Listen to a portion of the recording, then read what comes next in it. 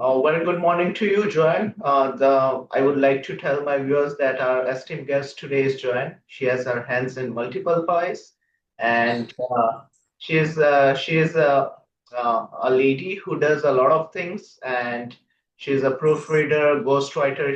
She has years of experience teaching English, science. Her background is in psychology, so we're gonna dive deep into some of the topics that she has been into.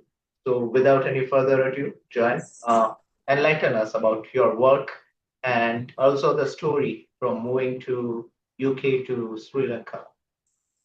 Wow, Janelle, thank you. You've done your research. It does sound like kind of broad when you put it like that. Yeah, so I'm based in Sri Lanka now. I'm from the north of the UK, although I think I lost my accent slightly.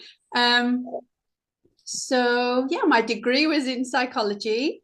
After that, I did the kind of the gap year. I went around Europe on a train, as you do, and I did a volunteer project in Sri Lanka, which was about human elephant conflict, actually. So we cycled around the countryside, cataloguing elephant poo sightings and putting the data onto the laptop at the field lab.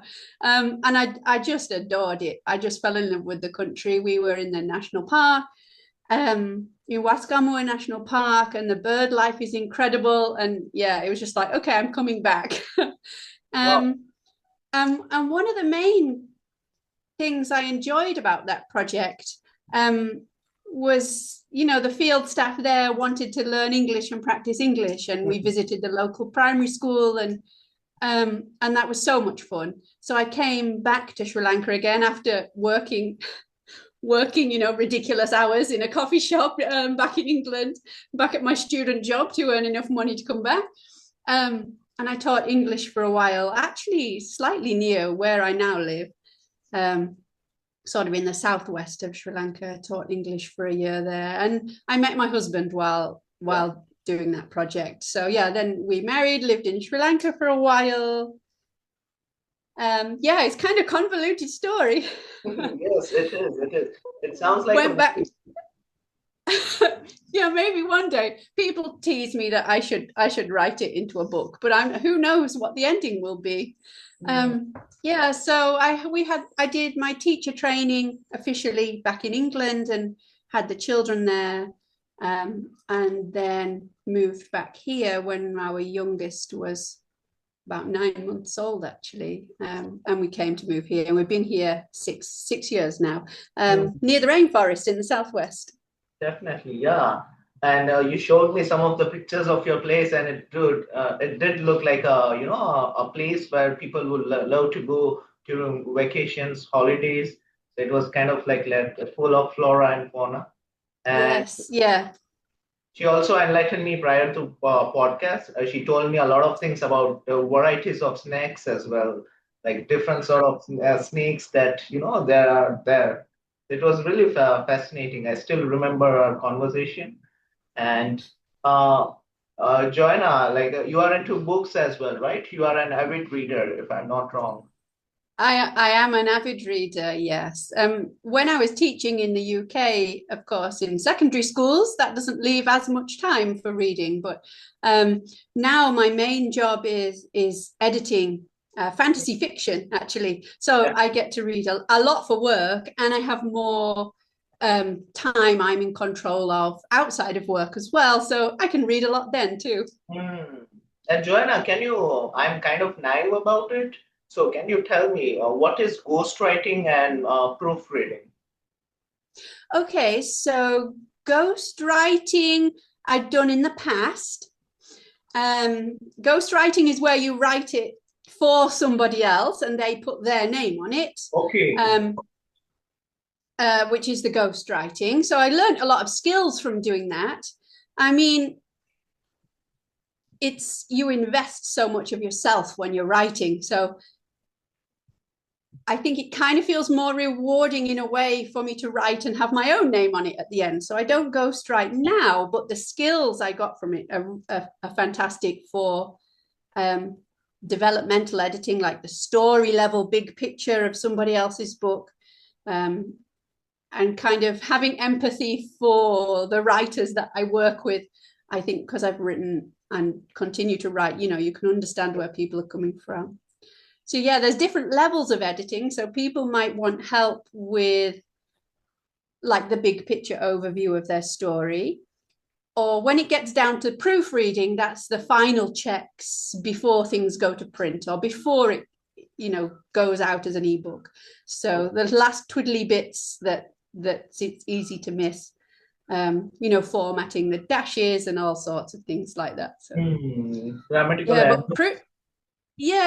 but hopefully all the grammatical errors have been picked up before proofreading, but Okay. sometimes there's things that get through. So copy editing is what I mostly do, the sort of the sentence level work. Is it clear for readers? Does it come across how the author intended it? That kind of thing before the proofreading. Intriguing. And your Yeah. if I talk about your trajectory of your life, it started from getting a psychology degree in the UK, right? That was Yes. the first thing that you did. Uh, In terms of, yeah, like educational yeah, work wise, yeah, yes. intriguing. So, what sort of things did you learn from that course, Joanna? Like, I'm also into psychology. I'm like currently pursuing my PhD, and it has elements of psychology. I'm sure you must know some names that I'm gonna tell to you. That is Sigmund Freud, which is quite renowned. Carl Jung. Mm, Then there is yes. Jack Lacan's and Eric Erickson's uh, seven stages of development. So I'm studying these theories. So that's why I'm intrigued to know what sort of things did you learn in this course? Oh, fascinating. Yeah, I really enjoyed it. In particular, I enjoyed sort of, I think psychology has a lovely breadth about it, from, statistical analysis and neuroscience all the way to almost the sociology side of like those sort of scale of interaction. So I really enjoy that breadth. I particularly enjoyed, well, grammar acquisition, as you might imagine. My research project was grammar acquisition in young children, which was a lot of fun. And we got to do practical work with some kids for that. I really enjoyed memory. We had lecturers who I remember studying at A level, so Baddeley and Hitch, and so meeting them in real life, like, oh wow, you guys like invented memory, like, well, the theories of memory, that was really cool. Yeah, I think I enjoyed the breadth, Wow. and sort of blending this analytical, which applies to my work now in a way, the kind of the very analytical side to the more like, okay, but people have experience emotions. You can't, there are some things you can't put numbers on. So yeah, I really like the breadth, I think, and sort of this creativity and analytics. Intriguing. And you taught science also for a decade in the UK, right? I did. That Yeah. was, yeah. Everything is so fun when you remind me. Yeah. So because my psychology degree had, quite a lot of neuroscience and biological basis, I trained as a biology teacher. And I was really lucky to be able to, after I started teaching, get extra training to sort of transition to physics, because it's kind of, in a way, in England at the time, it's kind of the underdog of the subjects, and a lot of people, especially, there wasn't enough girls in physics at that time. So, a lot of the kids were like, oh, too much maths, so we don't want physics. And I was like, yeah, no, go physics. Um, and, we'd drop things off balconies and play car crashes. And yeah, it was good fun. So I enjoyed, psychology, biology, and into physics. I didn't teach so much chemistry, but yeah, biology and physics in particular. Yeah, really good fun. That's fascinating. And coming back to books, Joanna, what are some of the books that are really close to your heart? Like fictional books that you can read gazillion of times and never get tired of it, if there are any. Oh, yes. I had to pull up my Goodreads and I also made a list because it's like there are too many. I think probably my first sort of historical fantasy. I wonder if I have it. My son has been reading it. Oh, It's a Across the Nightingale Floor. I can read that over and over. yeah, this book, It's I've seen it somewhere. It's quite popular, I guess, if I'm not mistaken. Yeah, I think this is a massive. I've got the trilogy here because I couldn't bring all of my books, sadly. I think there's at least 8 books in the Tales of the Atori now, by Leon Hearn. Yeah, so that's one I could read over and over again, and I think that's probably what kind of got me started in the sort of the historical. Like it's loosely like it's a fictionalized version of ancient Japan. With magic and assassins, which I read as a teenager, so I don't tire of that. I really want to reread. Oh, I got too many favorite books. So if we're thinking about retellings, Circe by Madeline Miller, I could read that again anytime. I really enjoyed that. So sort of taking what's often a side character and thinking, okay, so what would that be like if Circe was the main character? So I really liked that one. And Stone Blind by Natalie Haynes. So this is starting off with Greek mythology, because that's often what people have heard of. That's a nice take on Medusa, and there's one chapter from the perspective of the snakes, of her hair, which is just very imaginative and witty. So I could definitely read that again. Oh, I have And too many favorite books. yeah, sorry for interruption, but when you said Greek mythology, like I'm not that much acquainted with that thing. But when it comes to this thing, I have two names that come to the mind. That is uh, Okay. the one Oedipus Rex. I used to study that thing, and the second is Gilgamesh. Yes, the Epic of Gilgamesh. Yeah, that's such a good story. Yeah. In the Ink of Ages Fiction Prize, that we're running again this year. Last year, one of our highly commended stories was from the Epic of Gilgamesh. It was really Oh, good. okay, intriguing. Wow. And I'm making notes. nice, great. Force of force of habit. And also, do you know the epics of India, Mahabharata and Ramayana? Yes, I recently worked with a client on well, I can't tell you what it was, but it was something inspired by one of those. Um, yeah, and I a client that I did work with previously that's published is Zayden Stone. He wrote about the women of Hindu mythology, which was really fun to edit. So looking at different characters, and it has some fiction and non-fiction about the characters. So I'm not an expert. It's my authors who are the experts. So my knowledge is sort of, as you've gathered, broad and fueled by enthusiasm.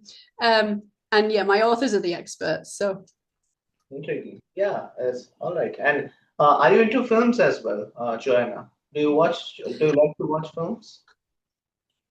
my time at the moment is spent on books. I do enjoy watching films. It doesn't There's not much space in my life at the moment to watch films. So books are more reliable for me at the moment.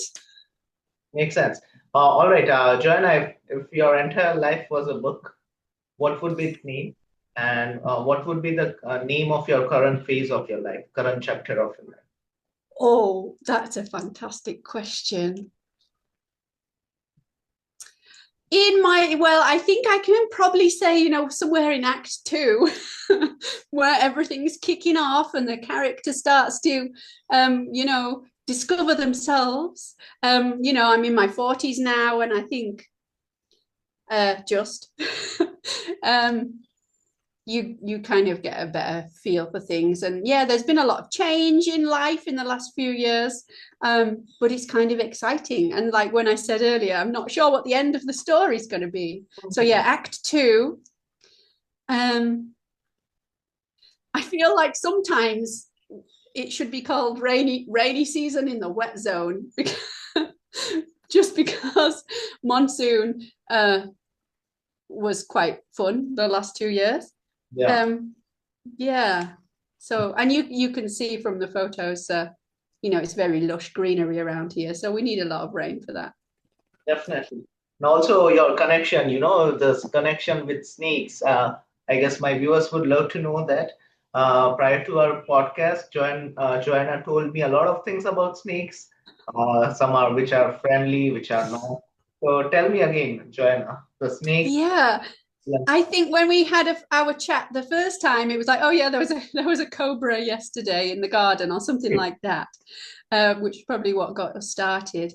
So then, yeah, there used to be a lot more snakes than there are now. When our land wasn't as cleared, it had got a bit derelict before we arrived. So yeah, there are quite a lot of snakes. So initially, I was just terrified of everything. As you can imagine, I saw half a black snake, just the tail disappearing somewhere behind the house. I ran in and closed all the windows. But once you get to know and you see how local people react, and there's different words for different snakes, well, rather than me just thinking snake, I'm instantly dead. Not so many in the north of England. So turns out the snake that I was initially terrified of was just a harmless rat snake, just looking for mice. So actually, when we see one now, that's not so bad. We have a cat now, so we don't have as many mice around, so less rat snakes. But they have a small head, and actually, when you see the full snake, yeah, they're big, but they aren't so intimidating. They look quite, all right. It's the smaller pit vipers that are not, and they kind of look grumpy, like the hump-nosed pit viper. You're like, yeah, they don't look friendly. Wow. But we don't see so many of those. Often it's harmless vine snakes, the little small vine snakes. Now in Sinhala, the local language, because they're often in trees or bushes kind of about head height, they're called eye puller or the eye snatcher, but they don't actually they have a sort of a threat display if they feel afraid, but they're harmless. The vine snakes are harmless. The pit vipers are not harmless. What else is there? The wolf snake is harmless, but it mimics, like it looks like, the stripes on it do look like a venomous variety, but it is the harmless one here. So that's lucky. And cobra, we have a black cobra type. They are around, but they're very shy. They don't, nothing comes to the house on purpose. Oh, well, there was a baby python on my outside desk once. That was different. Yeah. Joanna, sorry for interruption, but these things are sacred, right? In Sri Lanka, like the. Cobra, well, the kind of, to my understanding, the traditional folklore around cobras, um, people used to say, oh, imagine it's your, a relative visiting, like, think of it as your grandmother type thing, in terms of cobras. Yeah, cobras are sacred, and I think they're not, they're not aggressive. They'll try to get away. So I think that the stories around different snakes is a good reminder that, it's not all one variety. Once you get to know the differences, it's not so bad. So look, now when let's assume that if a snake comes to my house, I have to call someone who is expert about that. But in your case, that snakes often come to your place. So now, are you able to pick it up and throw it away? Do you have that thing? I do not have that thing. the dog will bark at it, and usually they just go away. Um, I do. If it's something I would like help with, I have people I can call who will. They're my backup. Our neighbours are very helpful, so that's fine. Wow, nice, great. And okay, intriguing. And Sri Lanka, they also put a lot of elephants are significant, if I'm not wrong, in Sri Lanka, as I can see also elephant there behind you. Oh Show. yes, that's a little bit of a touristy one, I think. But yeah, it's quite pretty. Mammoth, I guess. Wow. Yeah. So, is it the same with elephants as well? I'm not sure of the folklore around elephants, maybe because we're not in an elephant area here. Um, and I think it's easy to romanticize elephants, whereas, I mean, yeah, they're an important species, a really important flagship species that should be protected, and I think they're possibly still on the decline. But for people living close to elephants, I think their experience is very different because they can do a lot of damage to crops and food supplies. So, yeah, I think there's sort of an ongoing tension with, yeah, they're like a sacred animal, but yeah, there's definitely still some ongoing tension between humans and elephants in very rural areas. Mm. And Joanna, like when it comes to reading books, nowadays a lot of youngsters they are not really into that. They would rather doom scroll or they would engage themselves on social media. Like if you pick up a book, then people will think that you are too boring or something. So, we know the importance of book, but I would love to know from your opinion that the people that are who are watching this video and yeah, the people who are not into the books, what sort of advice would you like to give? I think if you want something to do before sleep that is not doom scrolling, Yeah.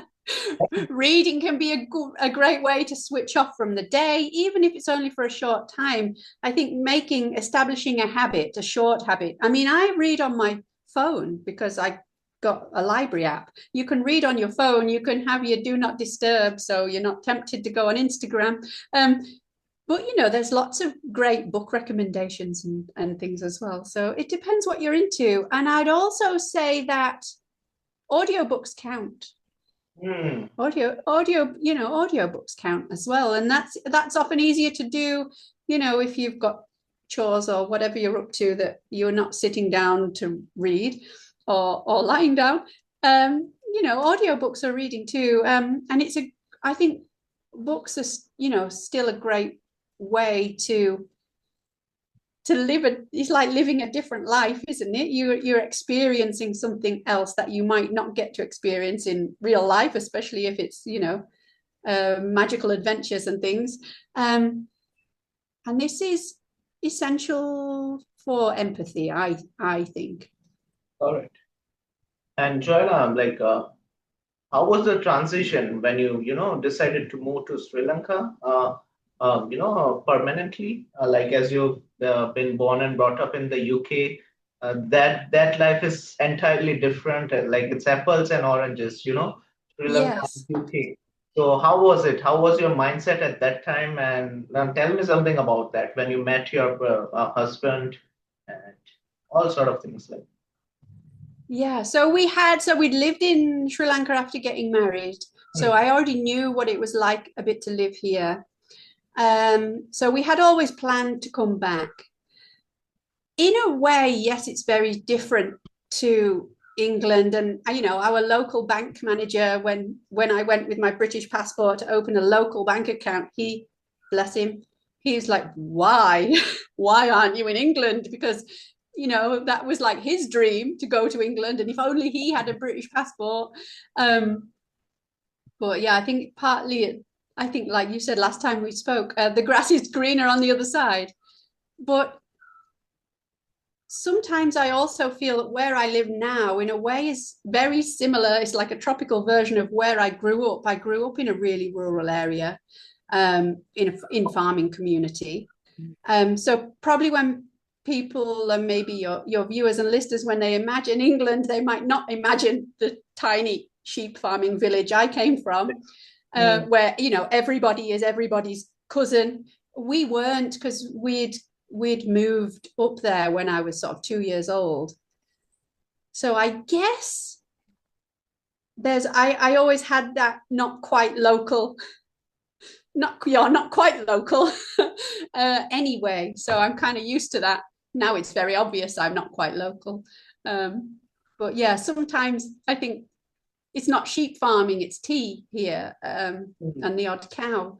But sometimes I think it's very similar to where I grew up in some ways. Makes sense. Intriguing. And wow. And in your spare time, you like to, swear at snakes. You like to tease your children. So, yeah, tell me something about that. Well, I suppose when I see a snake, I might swear if it takes me by surprise. Although now we've got the garden a bit clearer. Mostly, I'm not as surprised. I don't nearly stand on a snake as often.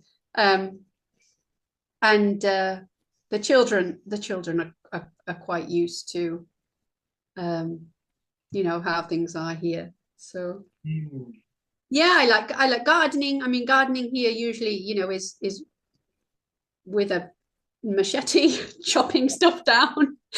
So it's kind of not as mundane as it might sound. Yeah, I like gardening and cooking, and I can walk up the mountain behind the house, and we've got some tea, and Yes. yeah. Are you a tea person? Joanna. Well, yes, tea. I'm a coffee drinker. From all those days in the coffee shop, getting enough money to for international flights. But I do like making my own tea from our tea leaves. Yeah. Intriguing. Wow. And like a lot of people, I live in a city, and sometimes I feel like, I should move to a countryside for the peace of mind, because it has different vibes, it has different aura when you move to a countryside. The life is like at a slow pace, and it feels refreshing. So when you live entirely, in the all the day in the countryside, how do you feel? Like, is it the same, like the refreshment and uh, I do love it. It is different vibes. I do love it. It comes with its own challenges okay. that not there are costs not everyone would be prepared to, things not everyone would like to give up. So I can't just order takeaway anytime. If I have to go shopping, it's like, if I want to do a shopping trip for something, it's like a logistical Oh, event. yeah, definitely. So it depends what you enjoy and value, and what kind of comforts you enjoy the most. So I enjoy, the sunrise over the mountains, and I'm not a religious woman, but like, if you but the sunrise over the mountains is like, what would I give up to see that every day? Yeah, Intriguing. turns out, yeah, quite a lot. Nice. Wow. And that reminds me of a question, like sunrise. Do you get the chance to work out, Joanna? To work out, Yeah, like to as go, in the gym. not gym, but in general, like yoga or something, like going for a walk or just like that. Yes. Yes, so I do yoga, and yeah, if I'm gardening, or um doing some work outside, that is quite, things are quite physical. Even if I'm peeling a coconut, That's that, these things can be quite physical in a way. Yeah, so we live on a hill. To even get off our land is quite down the mountain. So yeah, I like to walk and I like to see what's going on with the plants. We've got cinnamon, pepper, tea, wow. coconut. So yeah, if we've had yeah, I like to, mission around. Intriguing. You have your own garden, yeah? You said that, right? You do you have to use pesticides, or does it grow on its own, like through natural farming? We did try to do everything organically at the start, but the thing is it's very difficult to balance the costs of labor Mm. with with the prices of what people will pay for your output. So we do have to use a mixture now. Otherwise, it's not. I mean, there are places that obviously successfully do it in an economically sustainable way, but for our area, that's very challenging. So we need to balance labor and paying people who work for us fairly. Um, yeah. So it was a trade-off. We kind of have to balance it. And one last question, Joanna. Which is your favorite food? Hmm.